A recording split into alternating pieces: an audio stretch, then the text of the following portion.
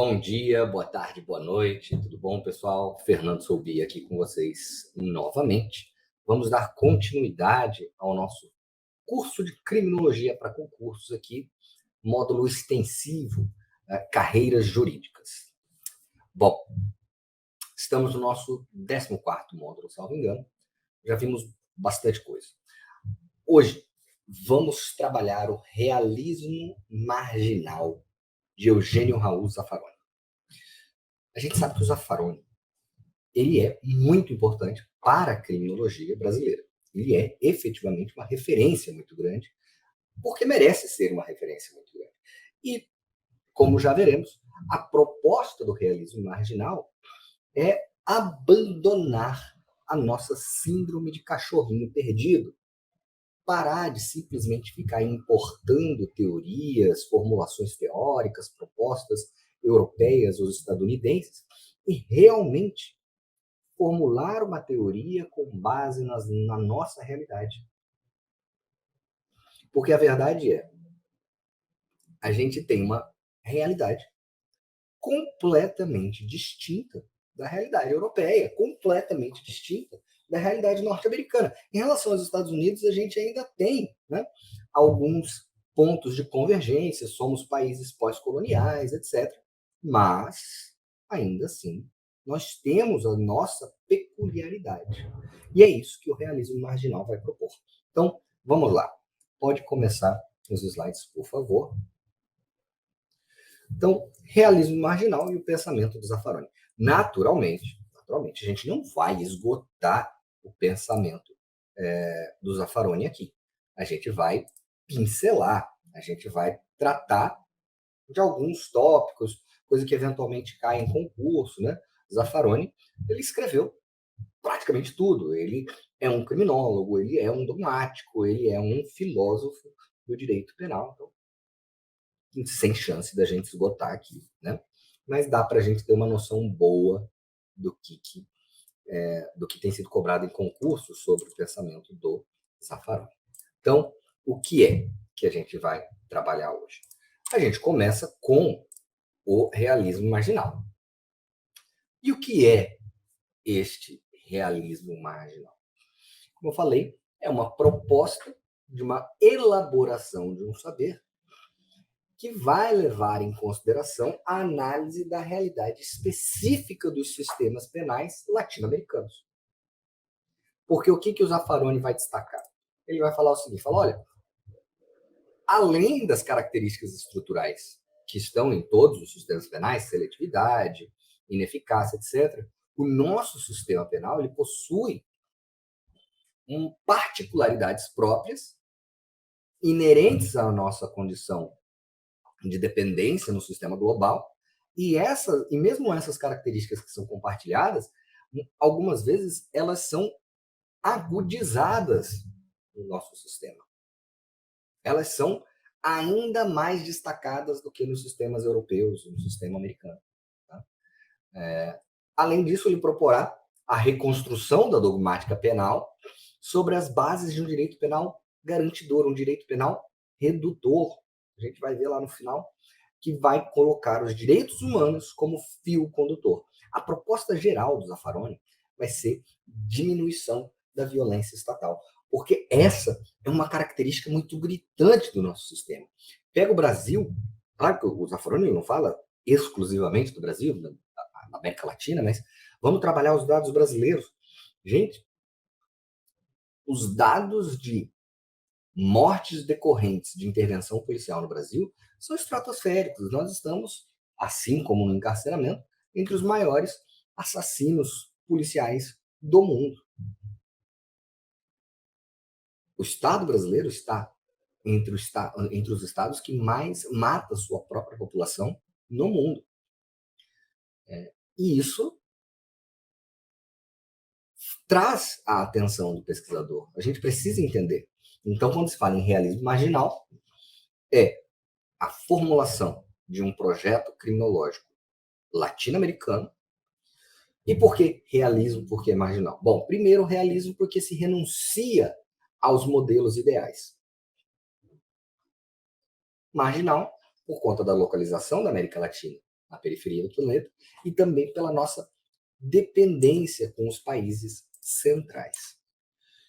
Os modelos ideais que o Zaffaroni fala é o Estado de Direito e o Estado de Polícia. O Estado de Direito é aquele onde todos os habitantes são submetidos à lei e o poder é exercido horizontalmente, tudo bacaninha, todo mundo se respeita, o Estado está ali para servir os cidadãos. E o Estado de Polícia é aquele onde os habitantes são subordinados ao poder de quem manda, a quem detém o poder econômico, o poder comunicacional, que é uma temática muito importante para o Zaffaroni, e este poder ele é exercido verticalmente, tendente aos abusos. E o Zaffaroni vai falar, olha, esses dois são modelos ideais, tá? Ninguém vive num Estado plenamente de direito e ninguém vive num Estado plenamente de polícia. O que a gente tem são modelos ideais para que você utilize como regra de comparação do seu e busque medidas sempre, e aí ele vai postular, né, medidas que nos aproximem do Estado de Direito e nos afastem do Estado de Polícia, porque o Estado de Polícia é caracterizado pela arbitrariedade, pela crueldade, etc, etc.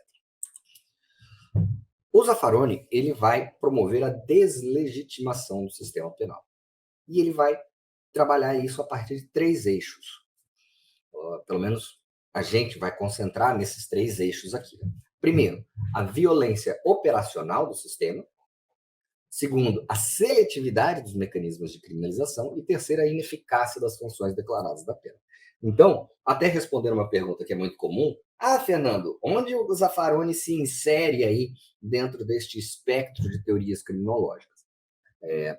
Primeiro, o que ele pretende é fundar uma formulação teórica própria latino-americana, o realismo marginal. Mas se tivesse que aproximá-lo de alguma proposta teórica, ele claramente seria um criminólogo crítico. Ele possui bases marxistas, mas ele não defende, a análise dele não é exclusivamente material, mas ele vai focar na análise dos processos de criminalização, na seletividade das instituições e na ineficácia da pena. O Zaffaroni não perde, não gasta muito tempo com propostas etiológicas. A gente vai ver aqui que ele até dá uma pincelada etiológica em uma coisa ou outra, mas não é o foco dele. Tá? Então, primeiro ponto, violência operacional do sistema. Bom, esse é um tópico muito caro ao Zaffaroni. Por quê? Porque ele percebe, a análise dele é de que na América Latina, os sistemas operacionais, né, as agências, especialmente a polícia, são extremamente violentas. Nós temos um número de mortes que para países do primeiro mundo é algo impensável.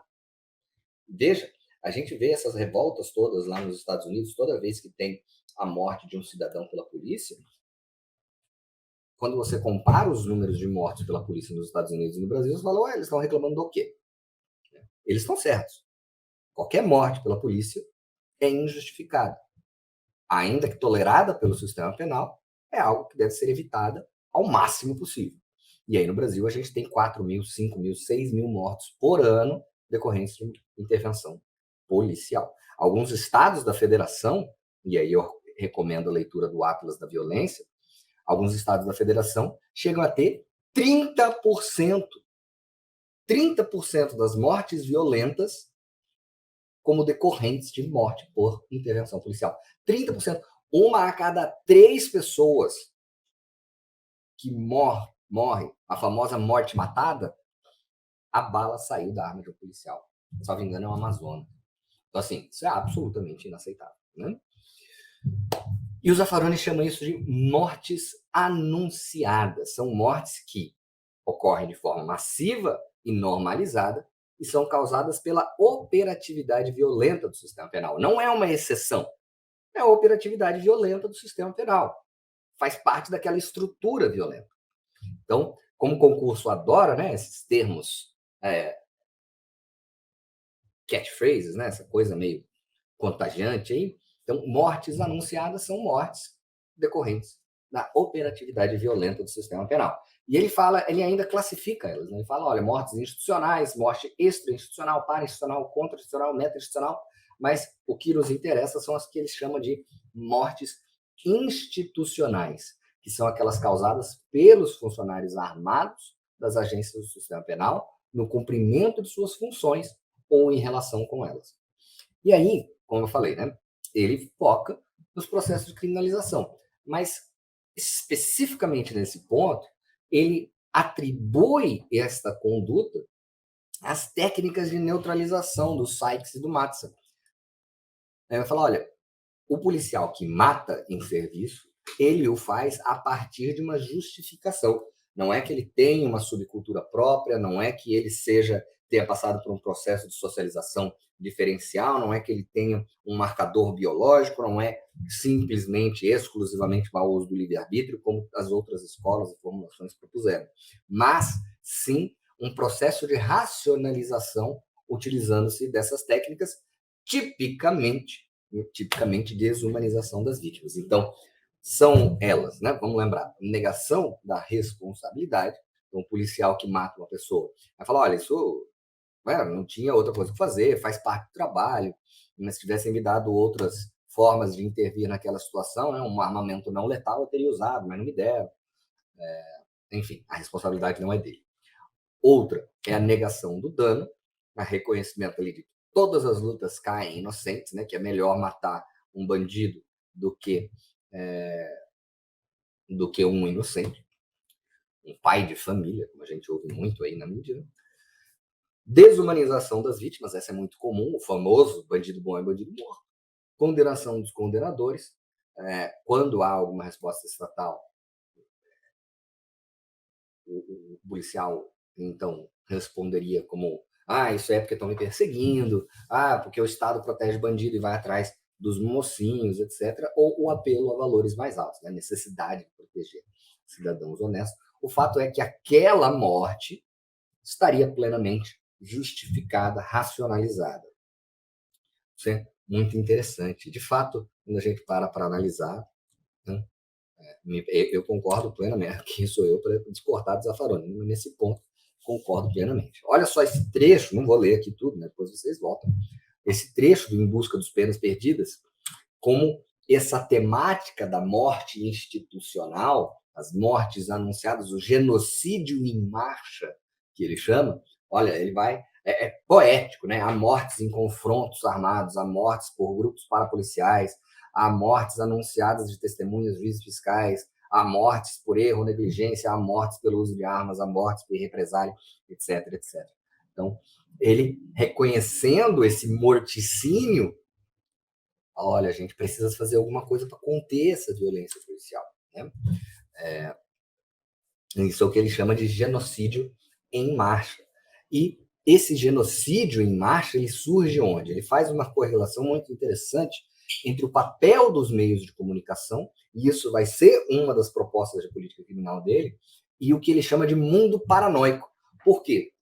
Porque, segundo ele, os meios de comunicação, por subinformação, desinformação, acabam convergindo com preconceitos e crenças da população geral que trabalham a etiologia criminal de forma muito simplista, né? Lembra, tem um certo político que falou, não quer ir para Pedrinhas, é só não cometer crime, né? Então, a etiologia criminal simplista, beira a estupidez, né? Mas com essas informações vai se criando o quê? Bodes expiatórios por esses meios de comunicação em massa. O delinquente, ele é transformado em um inimigo perene. Existe sempre uma relação de nós contra eles, nós, cidadãos de bens, contra eles, os delinquentes, né? E aí, essa conduta de criação de bodes expiatórios, de justificação comunicativa da morte dessas pessoas, o Zaffaroni chama de massacre larvado, ou sementes do genocídio. Isso não caiu no concurso, mas isso tem cara, hein? Isso tem cara. Especialmente o concurso da Defensoria. Um massacre larvado ou sementes do genocídio. Toda sinalização comunicacional de um bode expiatório que se esgota na pretensão de convertê-lo em inimigo. Então, veja, não é simplesmente a comunicação de crimes ou a informação sobre o crime, etc. Isso faz parte da atividade dos meios de comunicação em massa. Mas é essa conversão de um bode expiatório em inimigo o que leva ou passa a integrar, né, esse genocídio em marcha que o Zaffaroni fala. Muito interessante esse conceito. Né? E a naturalização das mortes é o que ele estava falando. Mas o Zaffaroni ele também fala o seguinte, do poder configurador positivo. Por quê? Porque quando a gente fala de processo penal, de direito penal, de contenção do poder punitivo, a nossa cabeça vai onde? Vai direto lá na pena. Ah, pena de prisão, superencarceramento, blá, blá, blá. Não. Eu falei, então, essa punição, este poder criminalizante, ele é escasso. Por quê? Se você coloca em perspectiva o número da população, né, quantidade populacional, quantidade de pessoas presas, naturalmente esse número vai ser baixo. A gente está aí com 240, 250 milhões de habitantes e temos 700 mil presos, 800 mil presos hoje. Ainda que tivesse 1 milhão, vai para a conta ficar mais fácil, menos de 0,5% da população. Então, se você coloca nesse contraste, você vê que o controle social a partir da prisão é baixo. Aí ele propõe okay, que o verdadeiro poder político do sistema penal está nesse controle configurador positivo, que são o quê? São as formas capilarizadas pelas quais as agências exercem o seu poder. É o baculejo da polícia, é a necessidade de submissão de documento, informações, em tudo que é repartição pública, é a possibilidade da entrada da polícia na sua residência, acesso ao seu celular, etc, etc, etc. Então, para ele, essas outras ações paralelas do sistema é que exercem um controle configurativo muito maior, controle configurador positivo muito maior do que a própria pena. É muito, muito interessante. E aí o famoso sistema penal subterrâneo já caiu muito em prova. Isso eu consigo pensar em pelo menos umas 3 provas diferentes que já tenha caído isso. O poder do sistema penal subterrâneo vai ser o quê? Vai ser, que veja, tudo isso ele está falando aqui do sistema penal tradicional, tá? Da operacionalidade violenta do sistema penal tinindo, bom, funcionando normalmente. O sistema penal subterrâneo é o exercício do poder punitivo à margem da legalidade. Poder punitivo, que como destaca o Zaffaroni, seria considerado crime pelo próprio programa de criminalização primária daquele Estado. Ou seja, ele é criminoso. E aí a gente envolve o quê? Tortura, desaparecimento forçado, homicídios. Isso tudo fora da legalidade. Então, quando se fala em sistema penal subterrâneo, a gente está falando neste exercício do poder punitivo à margem da legalidade. Um acréscimo à violência das instituições. E o Zaffaroni ele pontua uma coisa muito interessante. E vai falar o seguinte, vai falar, olha, quanto maior for esse sistema penal subterrâneo, menor a chance dele ser desconhecido. A bem da verdade é, para a continuidade do sistema penal subterrâneo, é imprescindível a participação ativa ou omissiva dos demais operadores, juízes, promotores, defensores públicos, advogados.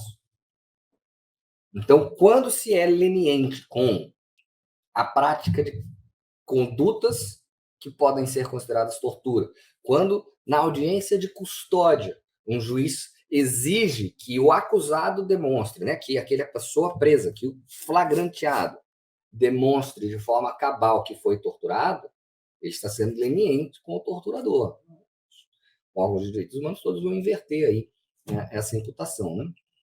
Mas, então, o sistema penal subterrâneo, ele conta com a leniência das agências de controle. E o que o Zaffaroni propõe para se diminuir o impacto aí dessa violência institucional? Bom, primeiro ele fala denúncia dessas técnicas de neutralização utilizadas pelos policiais não, né? Pelos agentes executores, um estudo dos efeitos da habilitação irresponsável do poder punitivo, ok? Está dentro deste poder de comunicação, dos meios de comunicação em massa, uma pesquisa sobre a realidade violenta, com técnicas próprias de pesquisa social, né? Para o quê? Para neutralizar com dados essa criminologia midiática. Adquirir, em combinação, né? Adquirir prática comunicacional midiática para desnudar publicamente a sua causalidade mágica. Zaffaroni está batendo na mesma tecla falando, gente, uma das causas dessa violência excessiva é a comunicação pela mídia de estereótipos, de bodes expiatórios, justificando a sua morte pelo sistema. Então, naturalmente, a gente tem que contrapor essa ação comunicativa que desinforma com informação. É óbvio, né? Bem interessante. E a análise das conflitividades locais para apontar a via mais adequada para desmotivar comportamento violento. Aí é dizer, olha, política criminal tem que ser feita com base em dados locais e não generalizados. Você não pode querer uma política de drogas, por exemplo, baseada na mesma métrica para o Brasil inteiro, quando você tem o Mato Grosso, onde eu estou, que faz fronteira seca com os países produtores. Você tem o Rio de Janeiro, que é uma realidade completamente diferente. Não é a mesma política criminal que vai atuar, que vai resolver. Na verdade, esse problema não é resolvido com política criminal, mas enfim, vocês entenderam a ideia. O segundo ponto deste tripé é a seletividade dos mecanismos de criminalização. E a gente viu que os criminólogos críticos, os criminólogos do labeling, insistem muito neste ponto, né? De como a seletividade dos mecanismos de criminalização acaba por deslegitimar o próprio sistema. Porque não é justo que um sistema aplique as suas normas criminalizadoras de forma desigual, tá?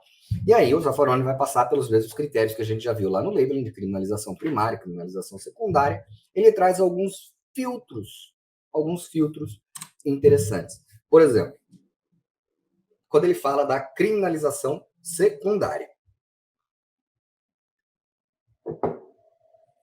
Quando ele fala da criminalização secundária, ele vai falar, olha, existe uma regra geral de seleção.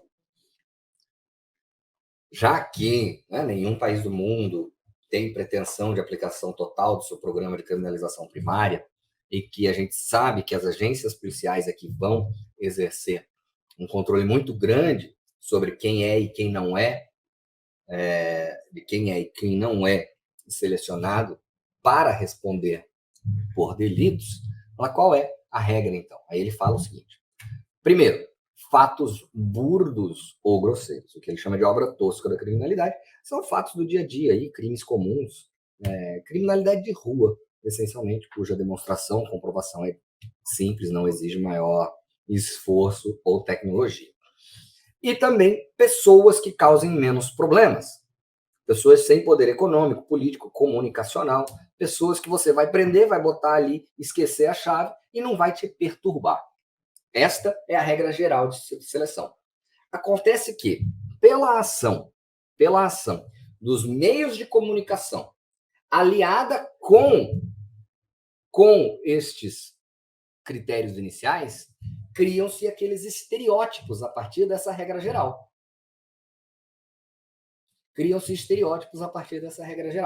Então, esses atos grosseiros, esses fatos burdos, eu adoro essa palavra, eles são praticados por pessoas, tipicamente sem acesso à comunicação social. E aí a gente vai ver daqui a pouco também a questão do adestramento diferencial. Então, são praticados por pessoas, tipicamente de comunidades vulnerabilizadas, e são comunicados pela mídia como os únicos delitos existentes.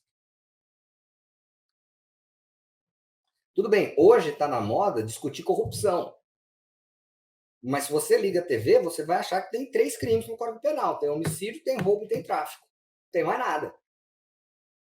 Então, com isso, fixa-se uma imagem pública do delinquente com características de classe social, características étnicas, etárias, de gênero, estéticas. Cria-se, como dizia o Niels Christie, a imagem do criminoso, a imagem do inimigo contra o qual os demais se unirão. Tá? E aí, esse estereótipo criado pela combinação da atuação dos meios de comunicação e essa regra geral de seleção é o estereótipo que passa a ser o principal critério seletivo de criminalização secundária. Nisso, o Zaffaroni trabalha o que ele chama de espécies de criminalização. Primeiro, a criminalização conforme o estereótipo, né? Pessoas que se enquadram dentro daquele estereótipo se tornam mais vulneráveis à criminalização secundária. Criminalização por comportamento grotesco ou trágico, que aí são aqueles casos que simplesmente fogem da casinha. Pense Suzane von Richthofen. Menina, branquinha, loirinha, classe alta. Porra, ela foge a todas as métricas do nosso sistema penitenciário, né? Então, só que ela comete um crime tão grotesco e trágico que aí ela entra dentro da... Ela passa para dentro desse sistema de criminalização secundária. Ela entra no radar. E também temos a criminalização devido à falta de cobertura. Nesses casos, são casos excepcionais, tá?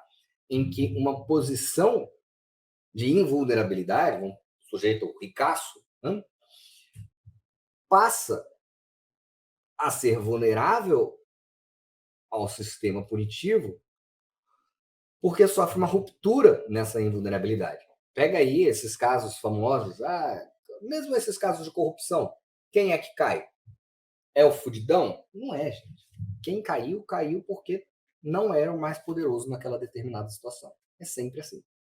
Né? E isso em crimes financeiros, corrupção, etc, etc.